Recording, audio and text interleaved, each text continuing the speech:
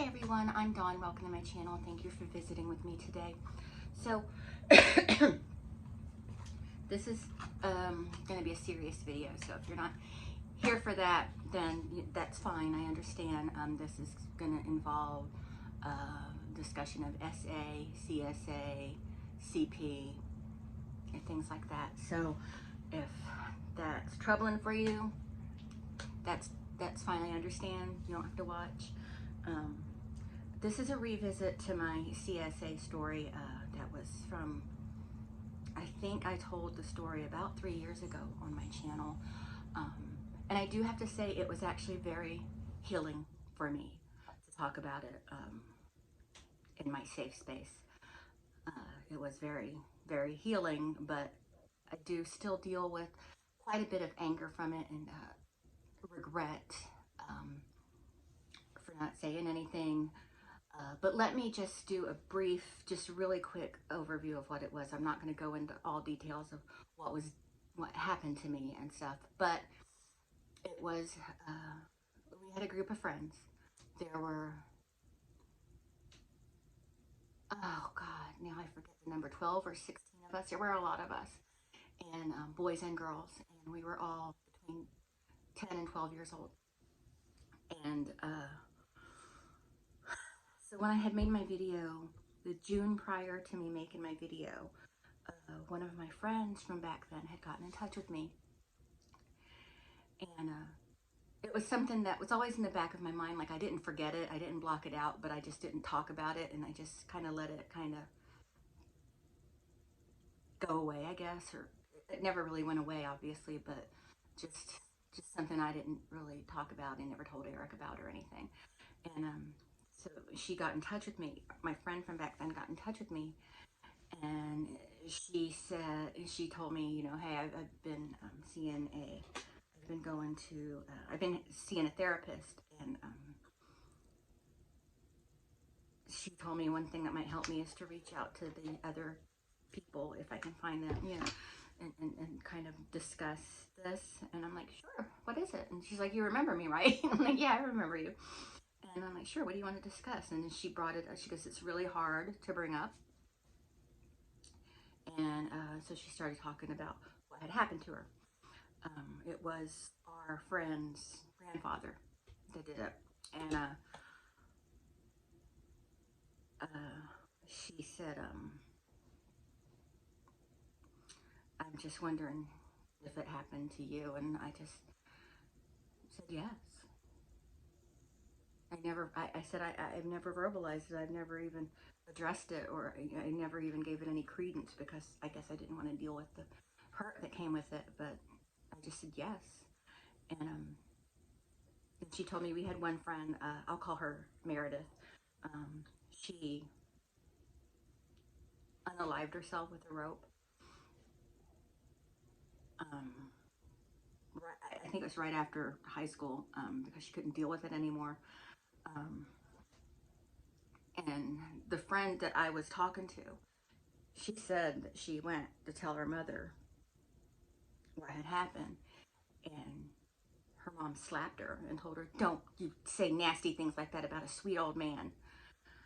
And then apparently what had happened, because I remember this now, I remember the conversation with my mother anyway.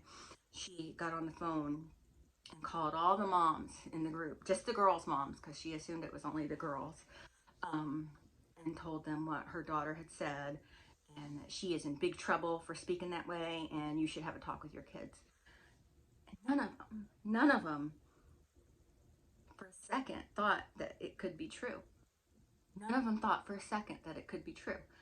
And my mom, she was very nice, but she took me aside and she said, you can't tell lies about people, you know, don't tell lies about that sweet old man. And I hadn't said anything yet. Now what had happened to me had just happened the night before. And she said, we're not going to tell lies about sweet old men to try and get them in trouble. They could really get in a lot of trouble for things if we lie about them. And I didn't really understand why she was saying that to me, but that was my cue to not tell her what had happened. And my friend when she started telling me about her mom smacking her and telling her, you don't tell lies about sweet old men, that's when that came to me. I said, I remember my mom, I told her, I remember my mom talking to me, telling me, don't, we're not going to tell lies about sweet old men, you know, and so I can think that was kind of my cue to just never say anything, never say anything. And I never did until I never stayed at her house again. They would try to get me to go over there and spend the night and stuff, and I wouldn't. I would never go over to her house ever again. We drifted apart because I wouldn't go to her house anymore. I didn't want to hang out with her. I didn't want to be with her. And this story gets a little worse than it was the last time when I told y'all before, because some other stuff has come up too. But there was another thing, and I think I mentioned this in that video too.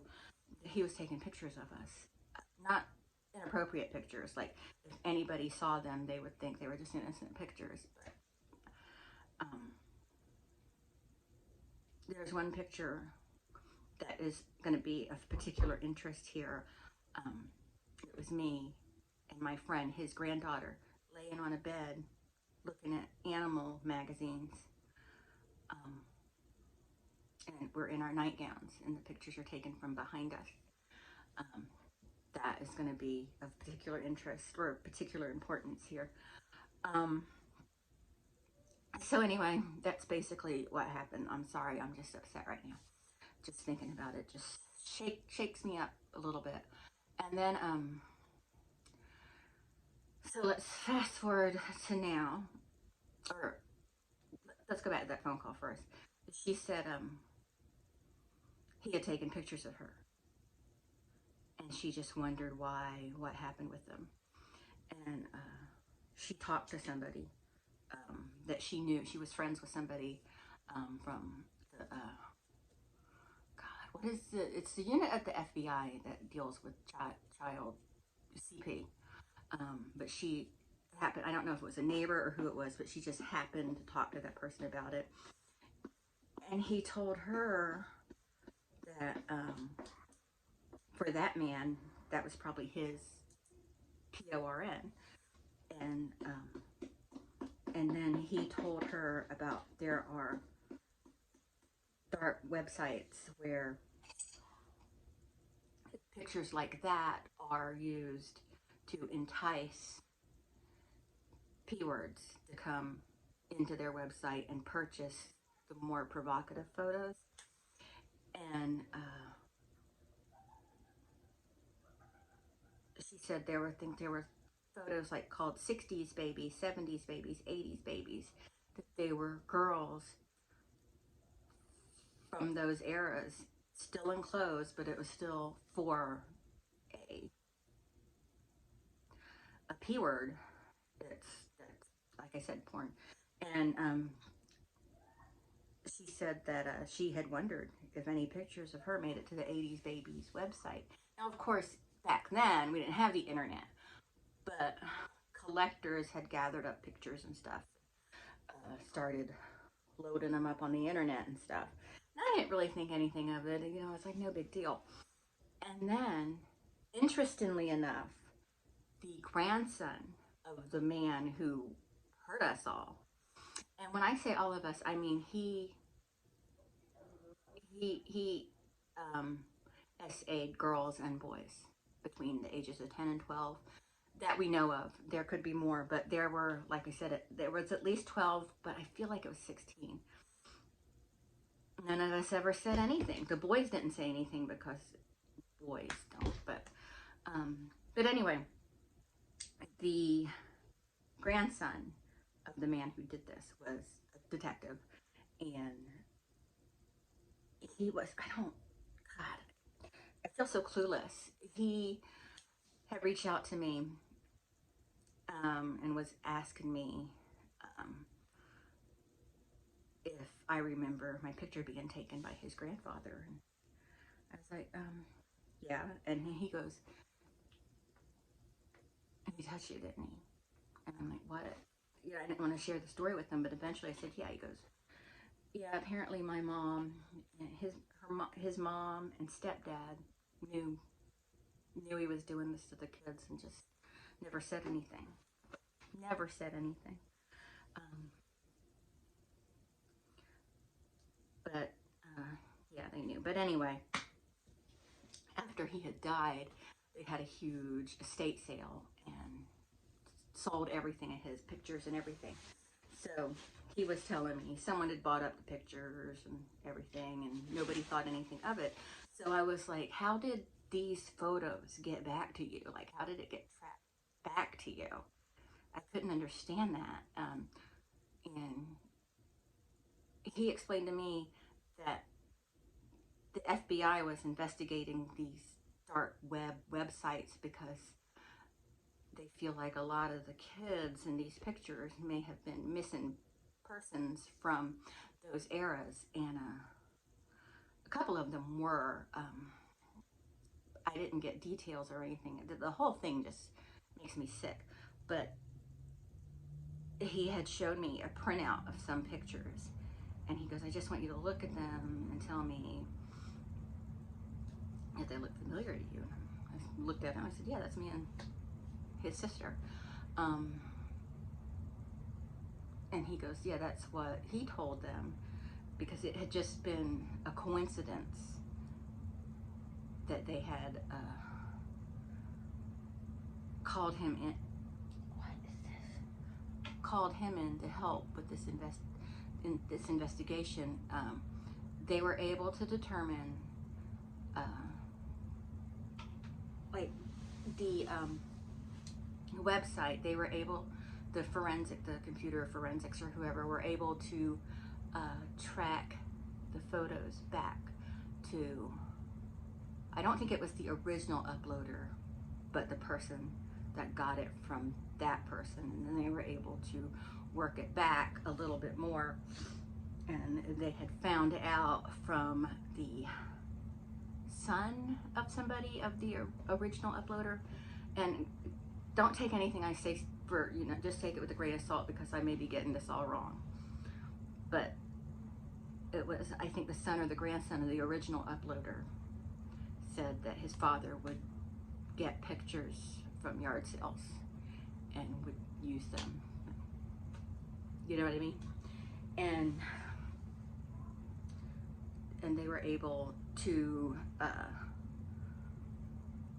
figure out where the original photos were developed at.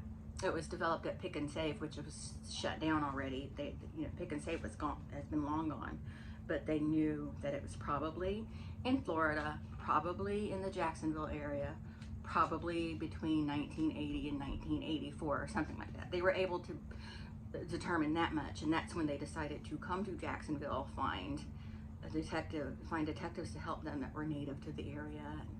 I don't know. It was way too much for me. I know there's way more to it than that. I'm oversimplifying it. I know I am, and I'm sorry. And it sounds all mumbled and everything. But they were able to eventually just figure out who some of the people in some of the photos were, or possibly worse. They were wrong about some of them.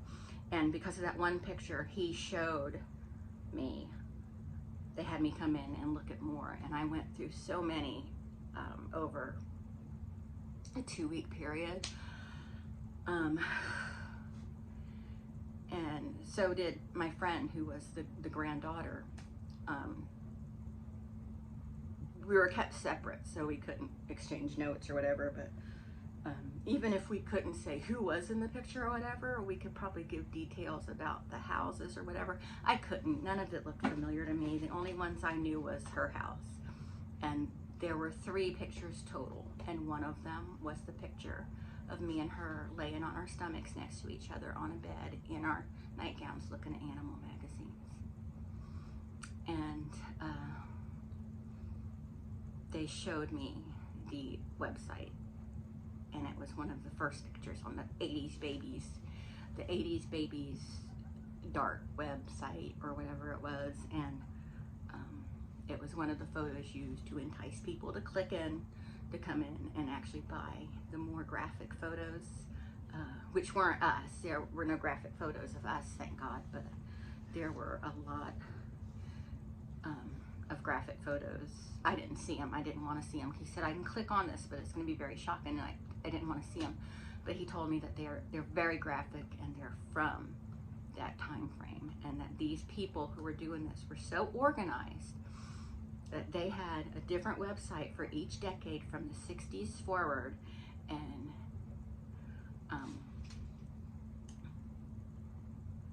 but anyway, they told me that investigation had been going on for a couple years.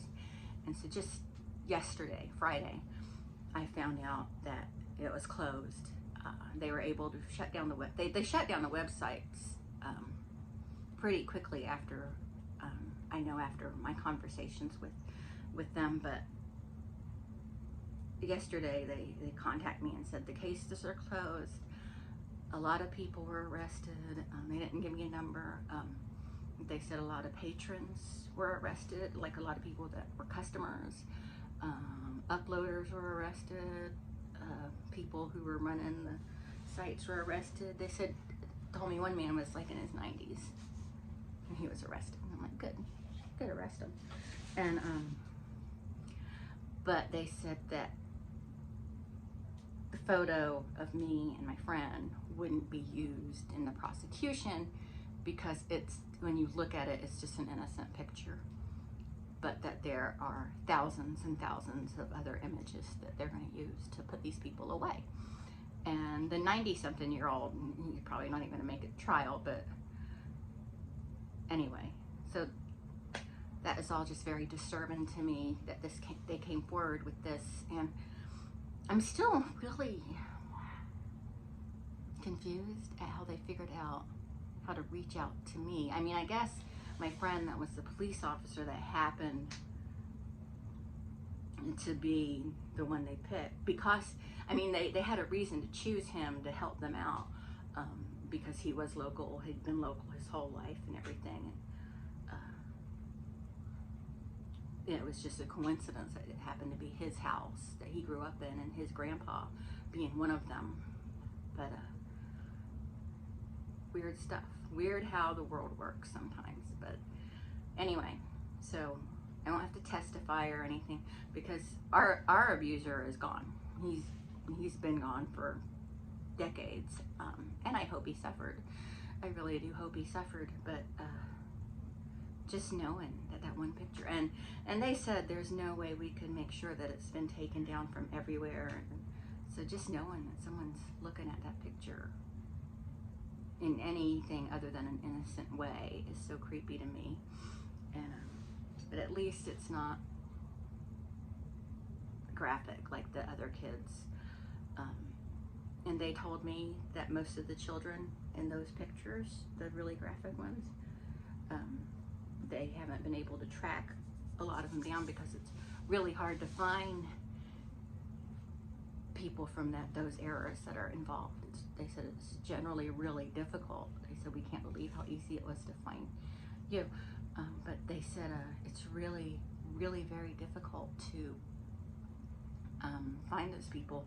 And they said, unfortunately, this is probably the answer to a lot of missing children.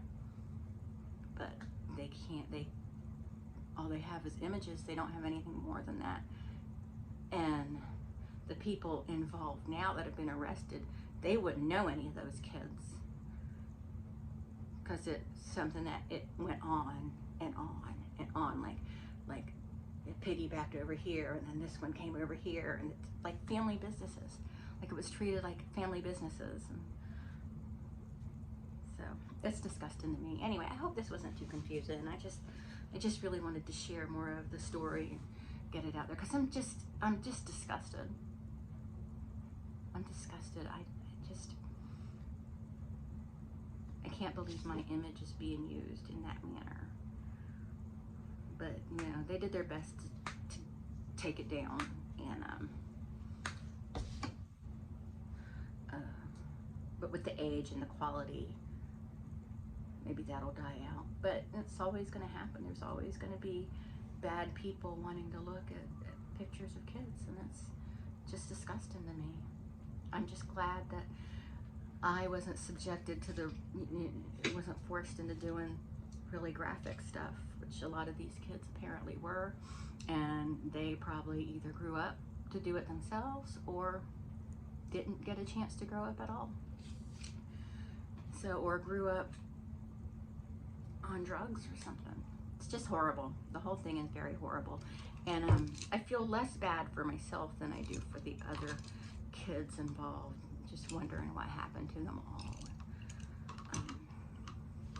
They said I can go in Monday and they'll give me transcripts of everything that they're able to give me if I want to do research of my own and see if I can, he said some people want to do research of their own to see if they maybe know somebody or whatever. And he said we can provide you with all that. And I don't know, maybe I'll get it. I don't know what I'd do with it unless there's someone, maybe there's another YouTuber or somebody that does this type of investigative stuff can help me. Maybe we can find these other people involved and see if we can find the ones that are still alive or something, but they probably don't want to talk about. I don't know. I don't know what I'm talking about, but it's just wondering. Maybe Rep's still up. He doesn't really go deep into the investigative stuff. I mean, I imagine they're probably going to give everything to me on a thumb drive. Do they even use that term anymore? But he said, I asked him, I said, well, what would that include? And he said it would include images and everything, would include most of the investigative materials and the interrogations and things like that. So I don't know, I kind of would be interested in seeing it. He said normally there's a charge for it, but because I'm considered one of the victims, he'll give it to me now that the case is closed. He said they can't normally do that until the case is closed, but because of the age of the photos and everything and the age of a lot of the victims, or the age of a lot of the cases involved. He said the most recent photos were like the early 2000s, but they do think that there's the answers to a lot of missing people are in those documents. So I don't know, maybe I'll get the drive and see, or it may just be bad for me and I shouldn't get it at all. Maybe I should get it and give it to one of y'all if y'all want to investigate it. But anyway, that's it. I will talk to everyone later. Thank you. Bye.